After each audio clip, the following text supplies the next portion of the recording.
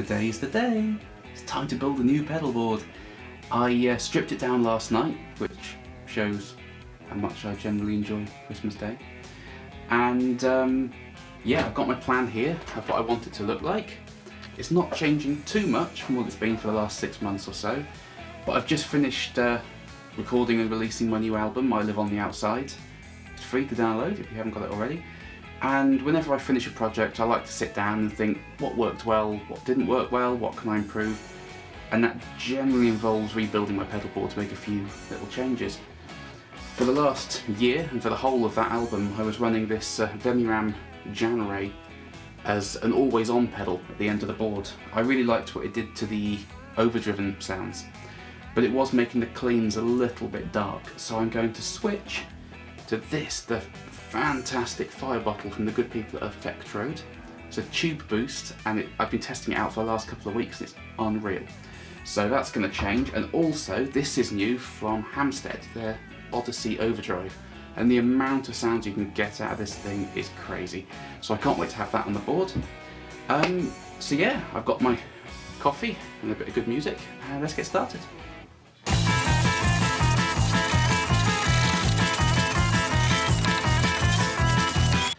Now the first thing I'm going to do here is lay everything out on the board so I can work out the final placings and check everything fits. I'm going to be very tight for space on this board, as I always am. I'd love to upgrade this actual board to a tiered one where I can put the power bricks underneath, but it all costs money. So one little trick I found is I mount the tuner up on top of this block of plugs here. I put some Velcro on it and it sits up there. Now of course if you put something on that's unsupported at the front and you stand on it, it'll come straight off. So one little pedal board hack that I came up with. It's a small block of wood, Velcro on either side, pop it underneath, job done.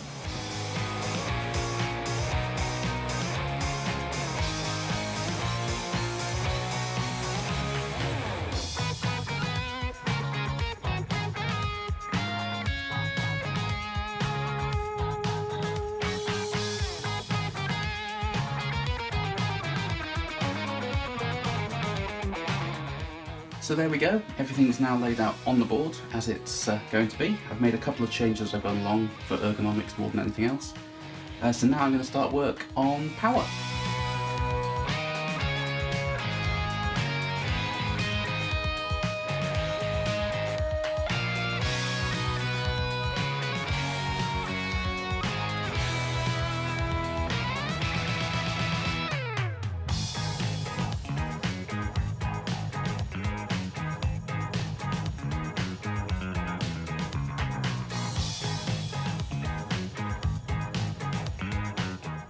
So there we go, everything now has power. I'm just going through and checking that it all turns on as it should.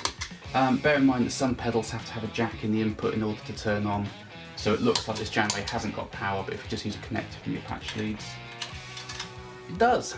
So now comes the most time consuming part of the board, which is making up all the patch leads, making sure they're not taut, and yeah, ultimately making good sounds come out your amps.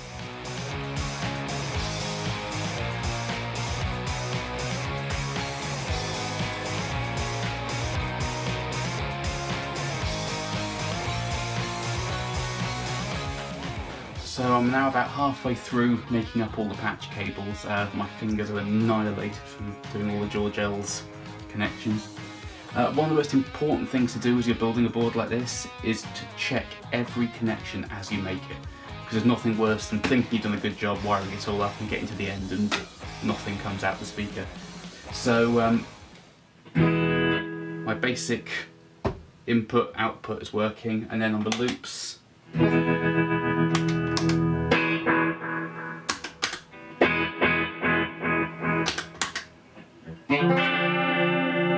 it's all going well. Shouldn't be too long now.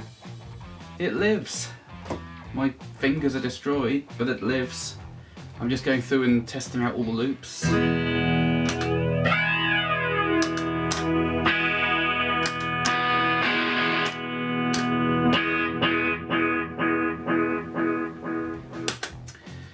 So all that's left to do now is tidy up some of these cables, re-sticker the Loopmaster where I've changed the pedals around. I've printed out some new stickers with a dymo, And yeah, it's just a bit of a tidy job now, and then it should be good to go.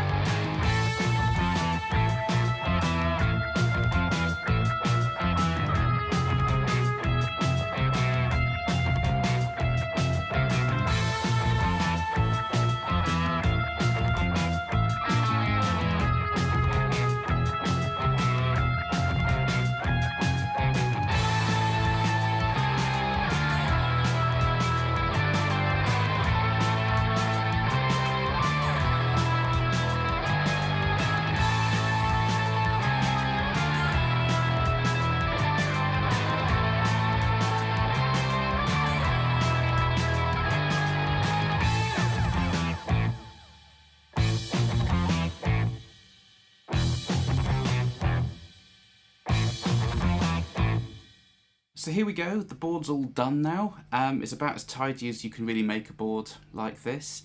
I just thought I'd give it a quick playthrough so you can hear some of the sounds that I can get. Amps that I use here are a Hughes Kettner Puretone Combo, which I've got mic'd with a 57, and a Cornell Romany Plus, which is a 12-inch speaker version, which I have mic'd with a Electronics RNR1 Ribbon mic. The Hughes Kettner on its own sounds like this.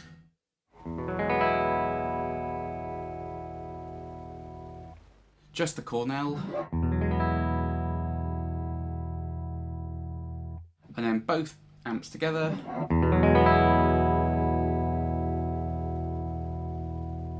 That basic clean tone is the Effectrode PC2A compressor, which I have turned way down in terms of compression. The gain's slightly above Unity to give it a bit of a boost, and because it's always on, it also buffers the entire board. The signal then comes into the Loopmaster, which nothing's turned on at the moment. It goes out into the Carl Martin Headroom, which is a spring reverb in the box, which if I turn it on and bang the board, you can hear it's proper spring reverb in the box. And then finally it goes into the Effectrode fire bottle, which kicks the signal out into the amps hard to drive the front end a little bit. So yeah, that's my basic clean tone on the bridge pickup.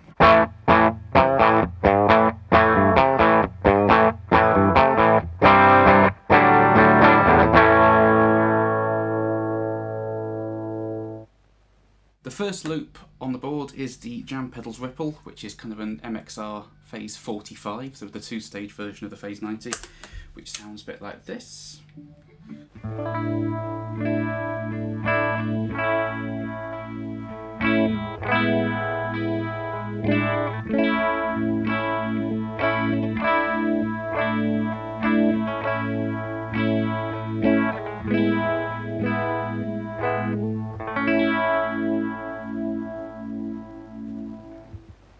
The flanger is an ADA pedalboard friendly flanger.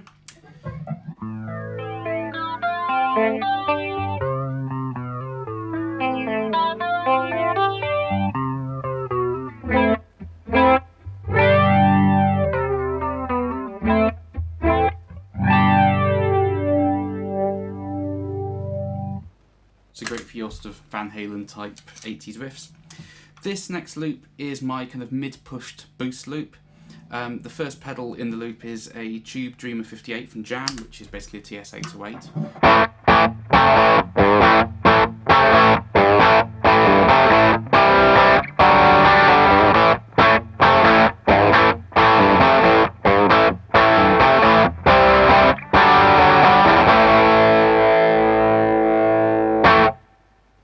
Also in this loop, if I turn that off, is the Wampler Tumnus, which is a clon style pedal with a lot more low end than a clon would usually have.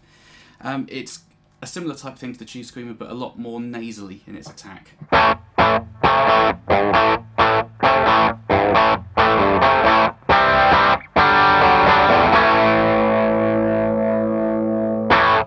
That works really well with humbuckers, that pedal. And also in this loop is the Octopus from Bigfoot Engineering. It's a completely passive pedal, so there's no power to it as such, but it has to receive a buffered signal, which the Tumnus kicks out even when it's turned off, which is great.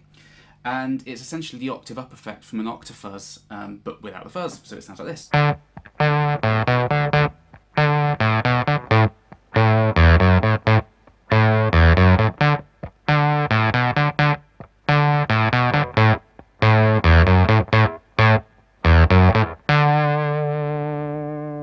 And it's great for your kind of 12th fret Queens of the Stone Age type.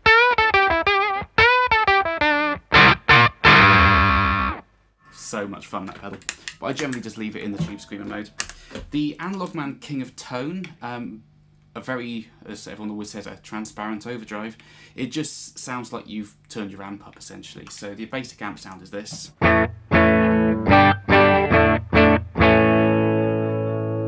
And with the King of Tone,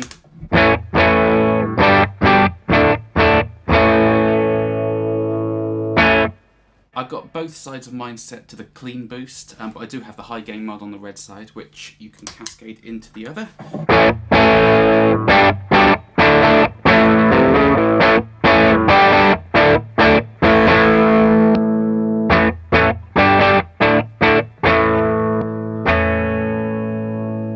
So it's very useful for getting the amp just cooking that a little bit more.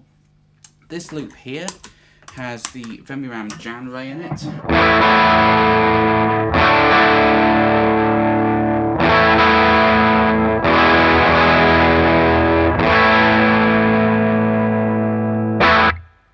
Which is said to be a kind of blackface Fender set, so it's cooking sound. And also this new Hamstead Odyssey, which I'm still getting to grips with a little bit, but it sounds great so far.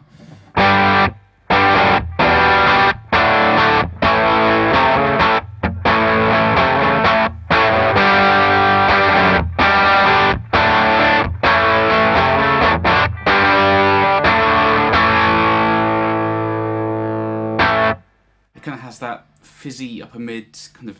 I just want to play Foo Fighters style drift with that pedal. Like it a lot. This next loop is my two Wampler amp in the box type pedals. The Tweed 57 first, which is great for the sort of super squashy.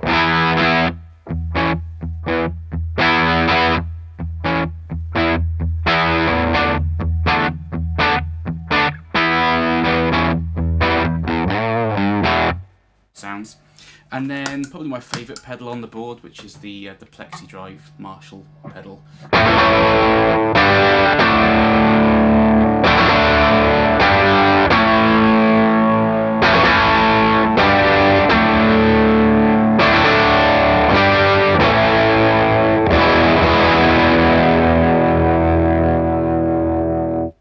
Love that pedal. And I also have this treble booster from Lumpy's Tone Shop in this loop as well, which you can kick the front end of this pedal with, which is essentially a treble booster based around Marshall Super Lead preamp circuitry. So it kind of takes your classic rock sound and turns it into a more sort of high gain 80s distortion.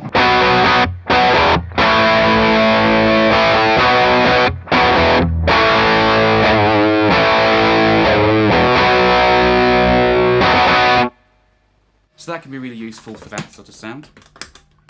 The chorus, which is a Jam Pedals Waterfall based around a Boss C2, which is lovely.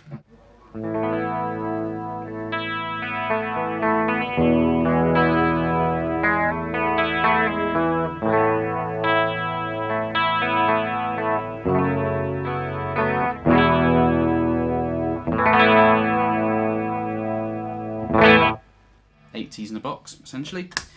My two delay loops, the first one is this Deluxe Memory Man with an EP booster in the front end, which gets you a little bit closer to that old Echoplex tape delay sound. It sounds nothing like an Echoplex, I know, but it gets you that little bit closer, which is great for your sort of ethereal, soundscapey type sounds.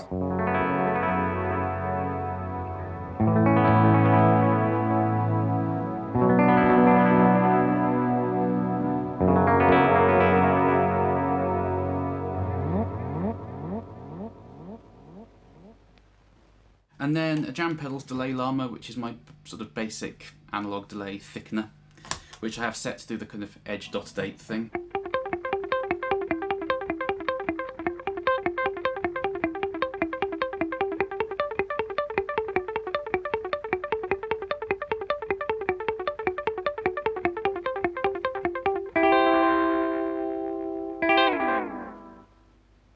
So that one's great. And finally, the signature tremolo from Hamstead, which is the sine wave tremolo that they build into their amps, which is lovely.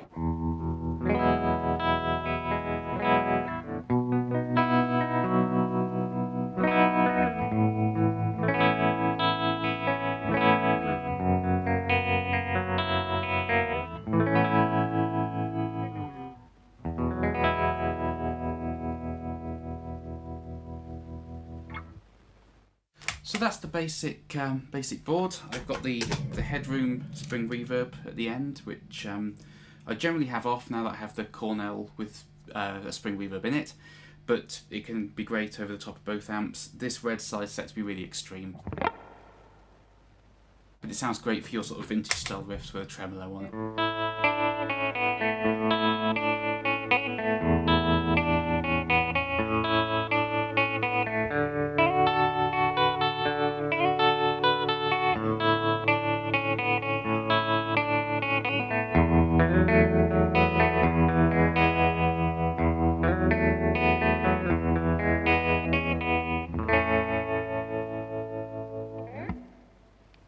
So I like that pedal a lot. A couple of other combinations on here, I won't go through all of them, but a couple that I really like. Jam Pedals recently released a pedal called the Ripley Full, which is their ripple phaser and the waterfall chorus in one. But they do work really well together, so I can see why they did it.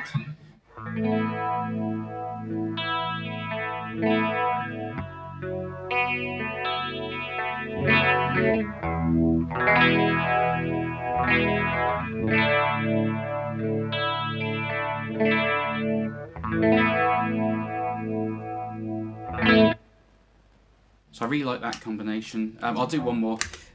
I'm a big fan of the darkness, and you can't really go wrong with the Wampler Plexi drive with the tube screamer in the front end. So that's great for your kind of...